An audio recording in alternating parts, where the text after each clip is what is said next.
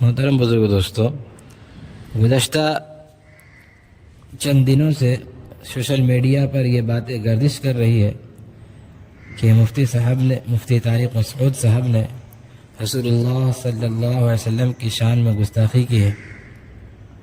اور اس پر بعض علماء کا بھی رد آیا ہے۔ علماء نے اس کے بارے میں اپنی رائے پیش کی ہے، اور بعض لوگ ایسے ہیں جن کو مفتی صاحب سے ذاتی رنجش تھی اور ان کی صورت کو دیکھ کر حسد کر رہے تھے، ان کو جلن محسوس ہو رہی تھی، ان کو بھی ایک موقع مل گیا تو اس پر تنقید شروع کی۔ حالانکہ مفتی صاحب نے فوراً بعد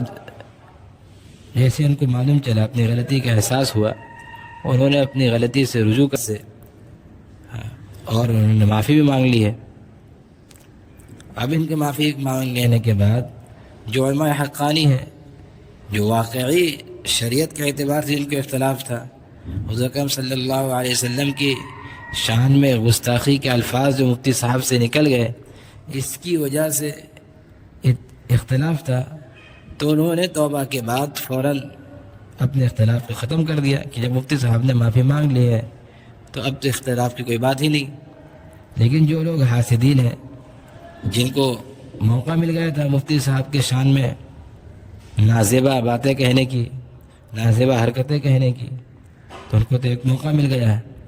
اس لیے تو وہ تو رکنے والے ہیں نہیں۔ اسی لیے ایسے لوگوں کے بہکاوے میں نہ آوے، ہم اپنی فکر کریں، کیونکہ اللہ تبارک و تعالیٰ نے تو ایک حبشی غلام جس نے حضرت حمزہ رضی اللہ عنہ کو شہید کیا، جو حضور اکرم صلی اللہ علیہ وسلم کے چچا ہے، جن کے بعد حضور اکرم صلی اللہ علیہ وسلم کو اتنی تکلیف ہوئی تھی کہ آپ نے قسم کھا لی تھی کہ میں 70 کافروں کو اسی طرح ناک کان کاٹ کر کے ان کو قتل کریں گے۔ تو اس حبشی غلام کو جب اللہ نے معاف کر دیا، اور ہندا کو جس نے یہ کام کروایا اس کو جب اللہ نے معاف کر دیا، تو پھر مفتی صاحب تو ماشاءاللہ ایک عالم دین ہے، ایمان رکھنے والے ہیں، اور ان سے الفاظ کے چناؤ میں غلطی ہوئی ہے، انہوں نے جان بوجھ کر غلطی نہیں کی ہے۔ کوئی بھی عقل مند آدمی مفتی صاحب کے بیان کو سنے گا، پورے بیان کو، تو عقل مند جو آدمی ہوگا، جو سمجھ بوجھ والا آدمی ہوگا، وہ یہ بتا دے گا کہ مفتی صاحب سے الفاظ کے چناؤ میں غلطی ہوئی ہے، مفتی صاحب نے جان بوجھ کر غلطی نہیں کی ہے۔ اس کے باوجود جب مفتی صاحب نے معافی مانگ لی ہے تو اللہ تعالیٰ کی ذات سے امید ہے کہ اللہ تعالیٰ نے ان کو معاف ہی کر دیا ہوگا۔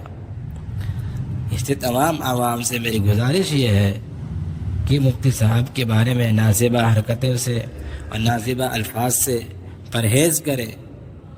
اللہ تعالیٰ ہم سب کو عمل کی توفیق عطا فرمائے۔